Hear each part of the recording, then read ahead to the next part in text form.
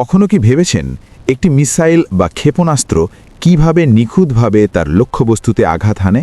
এটি আসলে একটি অত্যাধুনিক স্বয়ংক্রিয় যন্ত্র যা অনেকটা চালকবিহীন বিমানের মতো কাজ করে। একটি মিসাইল মূলত 4টি প্রধান অংশের সমন্বয়ে গঠিত। প্রথমত, এর প্রপালশন সিস্টেম বা ইঞ্জিন, যা সাধারণত একটি রকেট বা জেট ইঞ্জিন। এটি প্রচণ্ড বেগে গ্যাস নির্গত করে মিসাইলটিকে সামনের দিকে ঠেলে দেয় এবং বিশাল গতি প্রদান করে।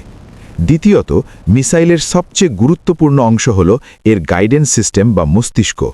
এটি কম্পিউটারের মতো কাজ করে এবং রাডার, লেজার বা জিপিএস সেন্সর ব্যবহার করে লক্ষ্যবস্তু খুঁজে বের করে এবং ট্র্যাক করে। যদি লক্ষ্যবস্তুটি, যেমন কোনো চলন্ত বিমান বা জাহাজ, নড়াচড়া করে, তবে গাইডেন্স সিস্টেম তাৎক্ষণিকভাবে বুঝতে পারে। এরপর আসে কন্ট্রোল সিস্টেম। গাইডেন্স সিস্টেমের নির্দেশ অনুযায়ী মিসাইলের গায়ে থাকা ছোট ছোট ডানা বা ফিন্স নড়াচড়া করে বাতাসের চাপ পরিবর্তন করে মিসাইলকে সঠিক পথে ঘুরতে সাহায্য করে। সবশেষে মিসাইলের অগ্রভাগে থাকে ওয়ারহেড বা মূল বিস্ফোরক অংশ। যখন মিসাইলটি লক্ষ্যবস্তুর খুব কাছে পৌঁছায় বা সরাসরি আঘাত করে, তখন এই ওয়ারহেডটি বিস্ফোরিত হয় এবং লক্ষ্যবস্তুকে ধ্বংস করে দেয়। এভাবেই একটি মিসাইল উৎক্ষেপণ থেকে শুরু করে লক্ষ্যভেদের প্রতিটি ধাপে অত্যন্ত নিখুঁতভাবে তার কাজ সম্পন্ন করে। ভালো লাগলে লাইক, কমেন্ট, শেয়ার করে সাথে থাকুন।